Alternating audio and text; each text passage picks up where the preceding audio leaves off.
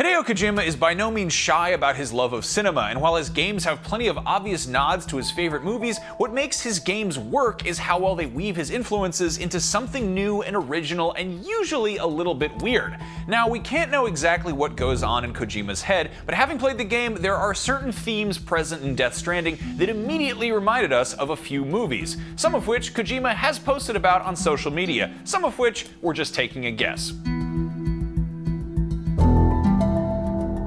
Let's start with Stanley Kubrick's 2001 A Space Odyssey. It's an undeniable classic, and it's no secret that Kojima's a fan of it. This psychedelic interstellar epic might not immediately seem to have a ton in common with Death Stranding, but Sam's private room is definitely reminiscent of the pristine space station design from 2001, and then of course there's the whole matter of the weird baby. If that's too much of a stretch, here's a 2001 action figure sitting on Kojima's desk. This conversation can serve no purpose anymore. Goodbye. The Road has been hugely influential on a number of post-apocalyptic games, and Death Stranding also seems to take some cues. As the title suggests, The Road is very much about a journey, and the same goes for Death Stranding. Factor in that both involve a man and a child traversing a barren landscape ravaged by a mysterious environmental disaster, often while dragging a bunch of stuff across uneven terrain, and it's not hard to draw some parallels. On a similar note, The Postman is set in a post-apocalyptic America that starts to see signs of reconstruction thanks to a postman reconnecting people by delivering mail. Does that sound familiar? Death Stranding's entire core mechanic seems pulled from this film, which was based on a novel that's considered a classic of post-apocalyptic fiction. Jacob's Ladder famously influenced the original Silent Hill games. It tells the story of a Vietnam veteran haunted by terrifying visions to the point that he questions his sanity and wonders if he might be stuck in purgatory or someplace even worse than that. Death Stranding's tenuous relationship between the living and the dead absolutely suggests purgatory, and it doesn't hurt that the titular Jacob from the movie is also a mailman.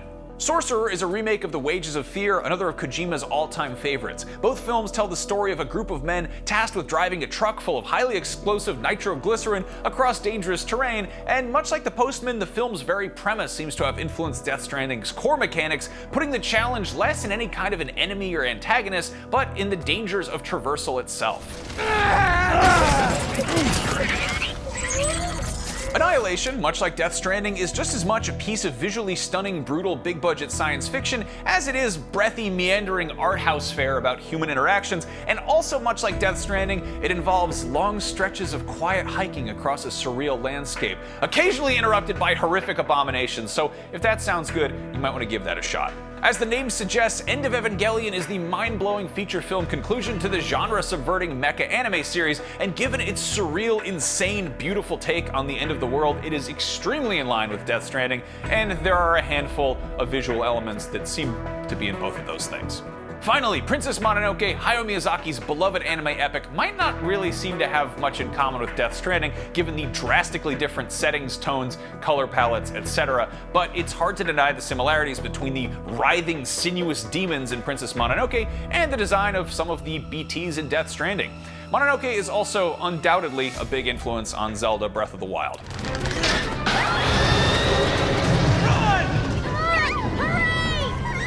There you have it. I don't think Mr. Kojima would disagree when I say that everyone should watch more movies. After all, he just made a game that features appearances from a bunch of different filmmakers. What movie do you think lines up with Death Stranding? Share your recommendations in the comments, and for everything games, movies, and that wonderful gray area in between, keep it right here on IGN.